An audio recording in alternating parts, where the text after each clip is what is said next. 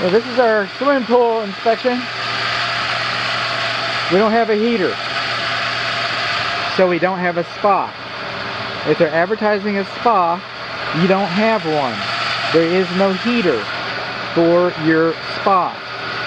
Now, putting a heater in, okay, requires a permit. And requiring a permit means it's got to meet energy requirements. And if it needs to meet energy requirements, it means that this pool is going to have a thermal cover cut and fit for it. So when you're not using it, you can save the heat that you made. Most people take the thermal covers, roll them up, and put them someplace. So I get that. Okay, most people don't use them. Most people don't use their heaters very much. I get that too. But if you wanted to use your heater, they're advertising it. They say, hey, we got a spa here. You've got a spa that does not have a heater. And when you get a heater, you're also going to have the expense of a thermal cover. And those are just some of the things that go to that. Safety-wise, these windows on the first floor, they should have a unique door alarm on them. Okay? Now this is a garage door, it doesn't count, but this door goes to the living space down here. This one has got the torn, and it's supposed to have a unique alarm. So you could be upstairs ironing, and you could hear this door open, and you knew somebody was in the swimming pool. But you don't know. You don't know. We do know that our lights are working, and they've been working. We do know that our lights are GFCI protected. But this GFCI is for the lights.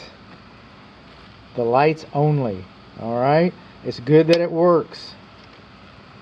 It's good that it works. We'll even try it electrically. How about that?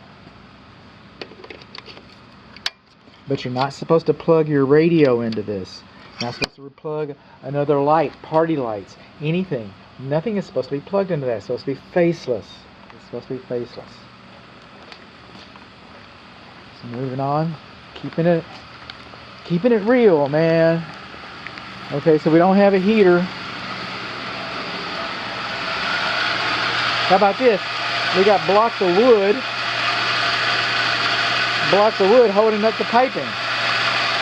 And our pumps are not secured. In fact, I don't remember that pump being in that position. There was a swim pool guy down here earlier, and he might have moved it a little bit. Because I couldn't get a good picture. Okay. So coming along here, we got leaks underneath both of our pumps. Our blower works. We got 10 PSI. A DE filter. The controls are behind it. You can't get to the controls safely. I'd like to see a light out here too, but you can't always get what you want. Looks like the filter's leaking a little bit too. They got leaks around our equipment. Sure do. These pads, while are convenient, are not dimensionally uniform. So somebody could be in here with a tool belt or something in here trying to work, and they could trip on that.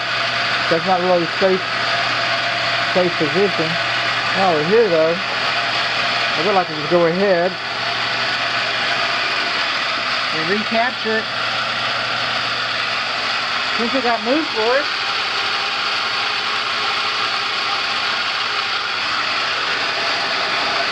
I will see. So coming all along, our swimming pool vacuum breaker, drain vacuum breaker, does not have an air gap. It's in the plumbing section. You've already seen that. Now we're over here in the spa. You see we got double drains to keep from entrapment. That's a good thing. They're supposed to be a minimum of 36 inches apart. And those look like they're a little close to me. But anyway, that's kind of the way it was made. This pool, when the way it was made, this pool probably used to have a diving board.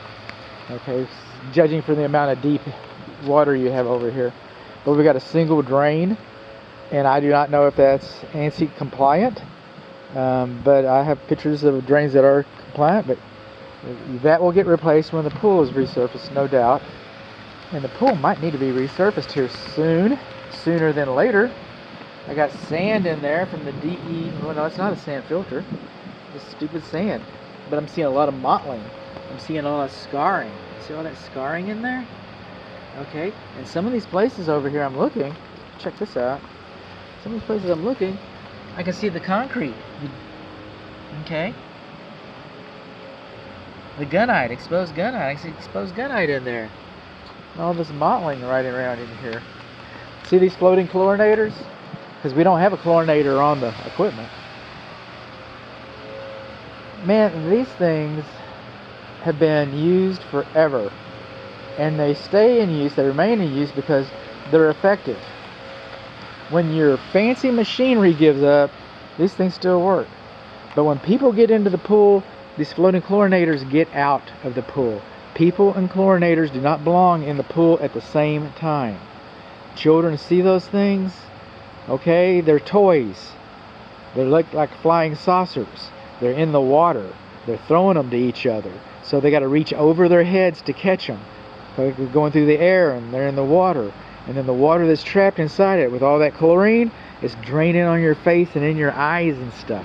It's a really horrible story to tell you. But that's why they come out. That's why they come out. Coming along here, when you see we already know we've got leaks at our equipment. But when you see air bubbles coming out like that, okay, that's on the suction side. We've got air leaks on our equipment. We got scoring on this right in here. And if this green is not algae, and it looks like it might not be, was this pool painted at one time? And then the paint kind of gave up after it's been how many coats has been going on with this pool? What's happening here? Plastic skimmers should be replaced every couple years because they break. Then you got a broken ankle and stitches, and you got a homeowner's insurance claim. We got some leaves in our basket there. They should clean that a little better. I asked that it'd be alright for me. Everything be working, you know. I did. I said, man, it'd be nice if everything was working. I said, don't worry about it, bud. Okay, I won't. And then someone's gonna come on in here and look inside of here. And what did I drop? My battery. Oh, jeez. That was a good battery, too.